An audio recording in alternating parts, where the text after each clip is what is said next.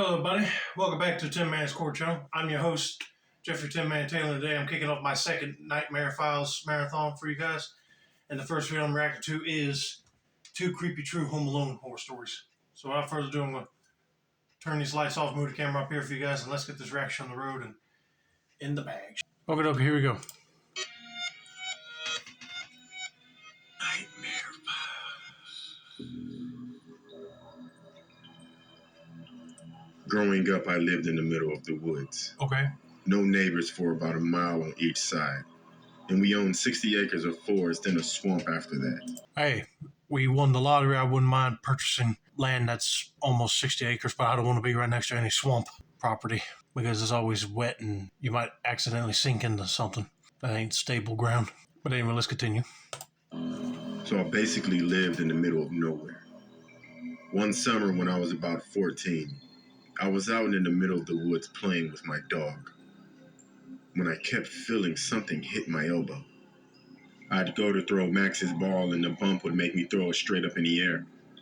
Assuming it was just me bumping it on the trees or something, I just ignored it.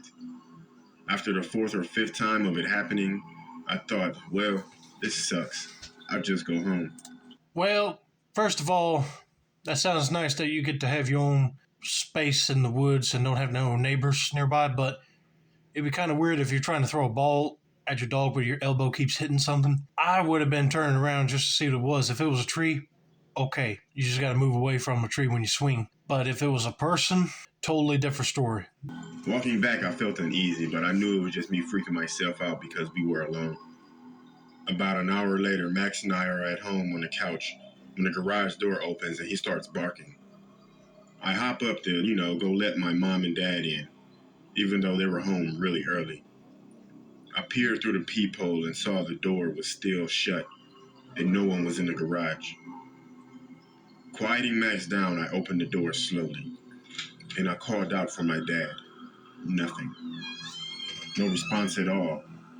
So I got out to check the door and it's still locked. It's not your dad or mom. Somebody followed you to your house and was able to get the door open up and lock it back before. Oh boy, this ain't good at all. Okay, sure. Weird, but oh well. Max heard it too, so at least I know I'm not going crazy. About 20 minutes later, I hear the door open again, and this time Max starts growling like crazy. I quiet him down again and just assume it's the wind or something making noise, even though by this point my heart is racing. I hear footsteps come up the stairs and think, oh geez, Dad really is home this time. And I hop up and run to the door. It starts to jiggle, so I run faster to let him in. I peek through the hole, and even though my hand is loosely around the jiggling handle, there's no one on the other side of the door. Terrified, I go hide on the couch with all the lights on, but Max is still growling. About an hour after that, I start to feel a little better even though I'm still terrified, and then I hear the door handle jiggle again. This time it was Max jiggling it. He needed to go outside, and the only way outside is through the garage. Fantastic. I literally sprint with him to the kennel. And as I'm standing in there, I decide to ask this thing questions to make myself feel better because I knew it wouldn't answer me. Thinking about what to ask, my eyes are drawn to the huge, heavy oak door on the kennel. It was always open because it was too heavy for me to move easily. So I said out loud, okay, Ghost, if you're really here, shut this heavy door. Oh man, no, I wouldn't do that. So you must have brought a specter from the woods home with you and didn't even know it. And that's why your dog keeps barking. But you don't see nothing, even when you look out the peephole when the door handle's jiggling. If that door slams shut on that kennel, I know he'd be jumping back. And I'd be crapping my pants if I saw it. Then nothing. A minute goes by, nothing. Max is still sniffing around. I turn around and yell at him to hurry up, and then from behind me I hear click. I whipped around and saw the giant door had swung shut and latched.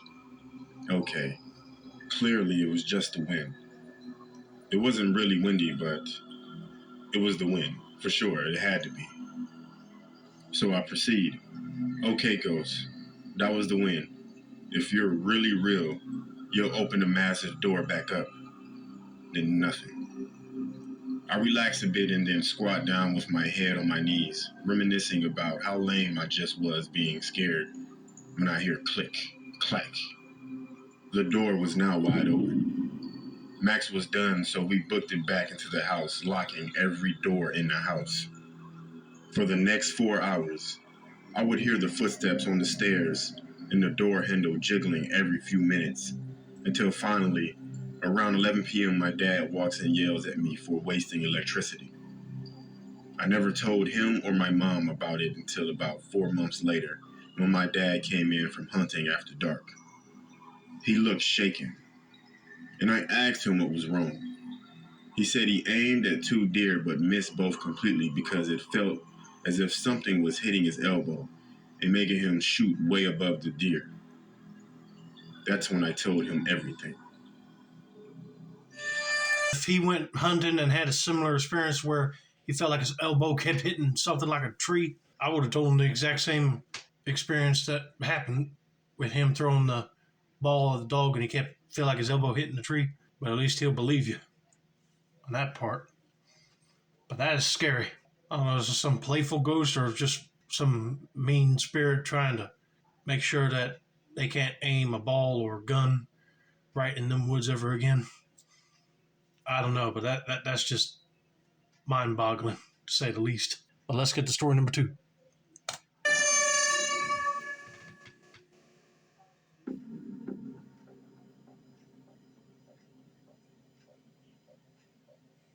A few years back, I rented an apartment from a friend of mine. He had recently bought it and I had completely renovated it. He had put it up for sale but couldn't find a buyer, so I offered to rent it in the meantime. Okay. After moving in, I realized there was something wrong with the lady next door. She was about 45 but looked a lot older. She would sit up all night listening to Christian radio shows and talking loudly to someone. It got to the point where I couldn't sleep, so I went over to her place and I asked her to keep it down. Hey, sometimes if they're listening to Christian radio shows and you might hear them talking, they might be just saying, amen, praise the Lord, or just agreeing whatever the preacher was saying. Sometimes you can't help it when people act loud like that. But I got a bad feeling that maybe this neighbor might be a little loosey-goosey in the head, if you know what I mean. She opened her door and I got a quick peek. All her walls had crosses painted on them in different colors, and words like Jesus and angels scribbled everywhere. The windows were painted black, letting no light in at all. It was damp, yellow-stained 50-year-old carpets, dog shit and cockroaches everywhere. But no dog, though. I asked her to please keep it down, but she just looked at me and shut the door. Then she turned up the radio even louder. The next night, I had my girlfriend staying over. I wake up in the middle of the night and I see a shadow of a person next to the bed looking at us sleeping. I think I'm hallucinating as I usually do in the dark when I'm sleepy. But then the shadow started talking. It's my neighbor, and she's holding something in her hand. She broke in during the night, and who knows how long she stood there. She tells me that I should lock my door at night. The next morning, I hear someone making strange noises below my bedroom window. It's my neighbor talking to herself in tongue.